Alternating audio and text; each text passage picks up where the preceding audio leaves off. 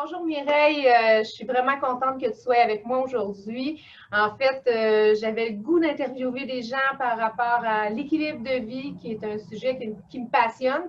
Et merci d'avoir accepté mon invitation. Merci à toi, Annie.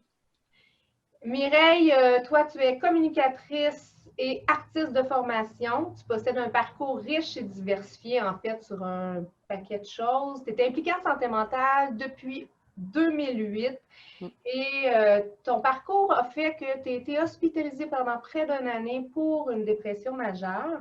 Et suite à ça, tu as créé ton premier ouvrage, Vaincre la dépression, l'estime de soi au cœur du rétablissement, qui a été publié par les éditions Mediapol au Québec et en France.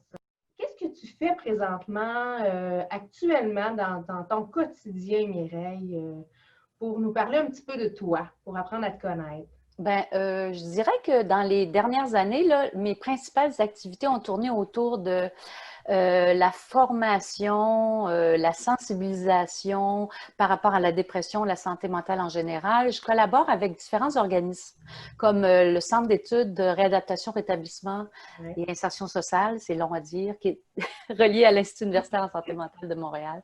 Et dans ce centre d'études-là, que je travaille là depuis 5 ans déjà, et j'ai fait différents projets, dont un, créer une plateforme web, donc une bibliothèque virtuelle pour les meilleures pratiques en rétablissement dans la communauté. Alors, c'est vraiment une bibliothèque où il y a des dossiers, des vidéos, des conférences, c'est très intéressant. J'ai participé à ça à plusieurs niveaux. Et aussi, depuis un certain temps, là, je suis impliquée dans l'implantation du premier centre d'apprentissage avec le modèle Recovery College d'Angleterre, le centre d'apprentissage santé et rétablissement. Donc, ce sont des lieux pour apprendre, se former pour, comment dirais-je, mieux composer avec des problématiques en santé mentale, mais ça, c'est pour tout le monde. Que ce soit quelqu'un qui en a souffert, un proche, un intervenant, un médecin, un citoyen. Alors, c'est vraiment la co-construction puis la co-production et co-animation. C'est vraiment un projet qui me tient à cœur. Ouais. Mais effectivement, tout le monde a une santé mentale, donc peut un jour ou l'autre être confronté à certaines difficultés. Alors, aujourd'hui, on va parler d'équilibre et l'équilibre de vie fait partie de la santé mentale. Oui.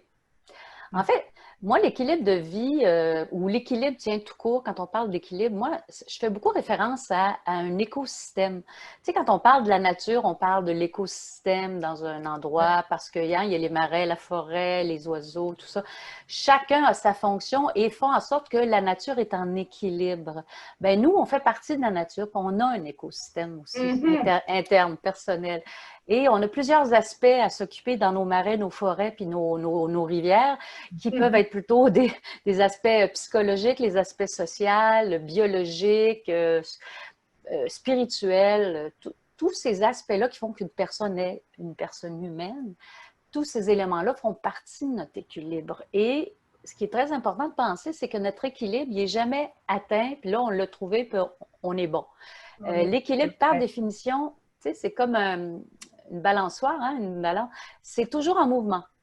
Il y a des fluctuations dans notre vie intérieure, dans notre vie avec les événements, les humeurs, les émotions, les événements qu'on vit, un deuil, une séparation, une perte d'emploi.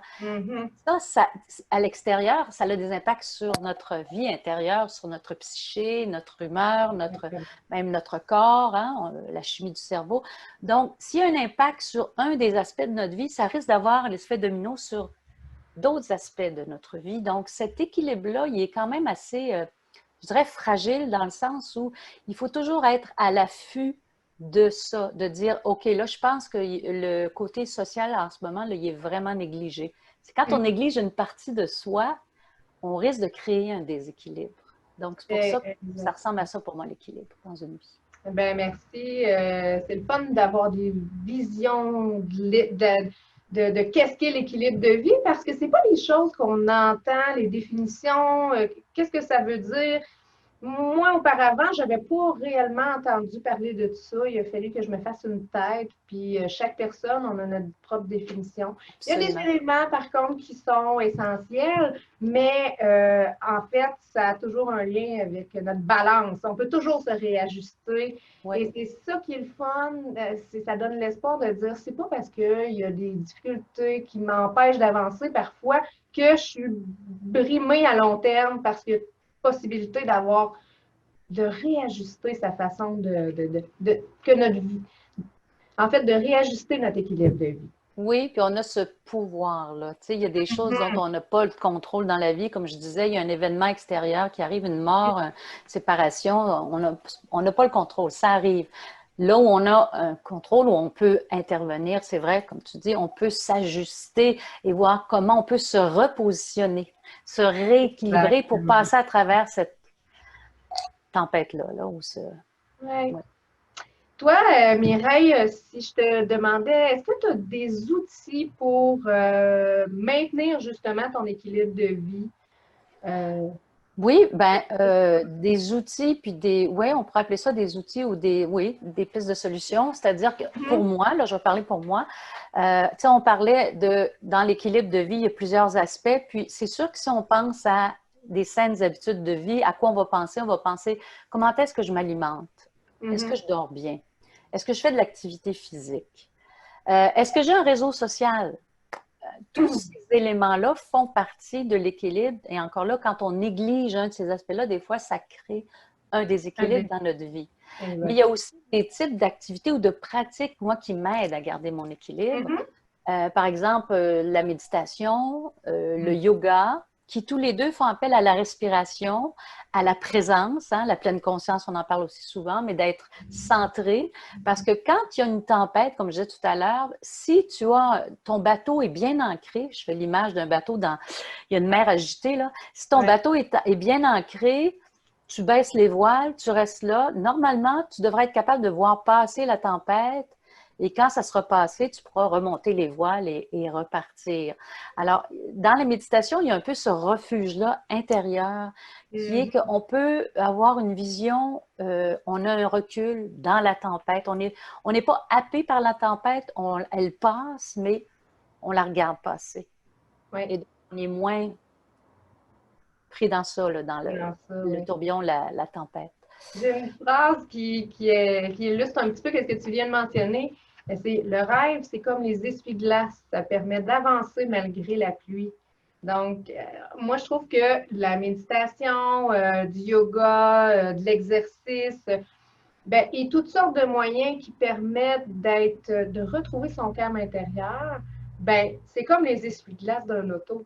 Oh, oui. Si on les a pas, mais ça va être dur de traverser la tempête. Oui, exactement. C'est un exemple simple et concret, tout à fait. Et entre autres, être dans la nature, même en ville, il y a toujours des parcs, quelque chose, des arbres à quelque part. Là, juste de se rebrancher avec la nature, d'être dehors, hein, ça fait du bien. Ça rééquilibre parce qu'on se rappelle qu'on fait partie de la nature quand on la voit et qu'on la sent, mais aussi on revient dans notre corps parce que quand on est juste dans notre tête, là aussi, c'est un déséquilibre. Si tu es juste dans ton corps et tu ne penses pas, tu vas juste être je sais pas, une plante ou. On a besoin des deux, mais l'un ne doit pas prendre le pas sur l'autre. Ouais. Hey, c'est super. J'aimerais ça connaître un conseil que tu aimerais donner aux gens qui aimeraient aller vers leur équilibre de vie ou. Moi, je trouve que j'ai oublié de le mentionner au départ, mais tu sais, c'est connais-toi toi-même, là, le fameux aphorisme. Tu sais, c'est tellement vrai dans tout et en santé mentale, c'est particulièrement vrai, je trouve, parce que c'est toi qui te connais le mieux. C'est toi qui sais le mieux quels sont tes besoins, quels sont tes rêves, quels sont tes projets. C'est pas les autres qui le savent pour toi, c'est toi qui devrais le savoir. Et ça, apprendre à se connaître et à se reconnaître, un peu comme je le dis dans mon livre, l'estime de soi, ça peut nous aider à savoir qu'est-ce qui ferait que ma vie, je serais en équilibre, je serais en harmonie avec qui je suis, avec ce que je fais. Parce que ça aussi, tu sais, quand tu es en 10, je trouve pas le bon terme, mais en tout cas, tu es en contradiction, tu sais, tu es en union avec qui tu es, tes valeurs, tes espoirs, tes rêves, ça crée ça aussi, hein, ça peut créer un déséquilibre. Ça peut Ça même crée un mal-être ça qui, crée un malaise. on ne sait pas, en tout cas, moi, quand je me connaissais pas, j'avais des malaises. Puis, c'est vraiment en sachant mon type de personnalité, c'est quoi, qu'est-ce que j'aime, c'est quoi qui est important pour moi, que ça a été beaucoup plus facile après de prendre des décisions, de choisir des activités qui vont m'aider justement à demeurer en équilibre, etc. Là. Ben, tu l'as très bien Complètement raison résumé. là-dessus. C'est une belle preuve de ce que tu dis, Mm. c'est exactement ça. Moi aussi, j'ai fait ce chemin-là, puis moi, je le suggère à n'importe qui parce que c'est un chemin qui, on en a tous besoin. Il y en a peut-être qui savent tout exactement jeunes, qui ils sont, qu'est-ce qu'ils veulent faire, mais je pense que c'est l'exception quand même, hein, parce qu'en plus, on a tellement de choix de nos jours. Puis il y a On les n'en a attentes pas des beaucoup autres. d'âgés, ouais. Tu sais, alors, de vraiment bien se connaître, c'est bon pour tout dans notre vie. C'est un gage. Tu as raison, ça nous aide sur un paquet d'autres choses dans notre vie, Oui, dans plusieurs oui, aspects. oui. Alors, merci Mireille pour le temps que tu as pris à venir nous parler de l'équilibre de vie.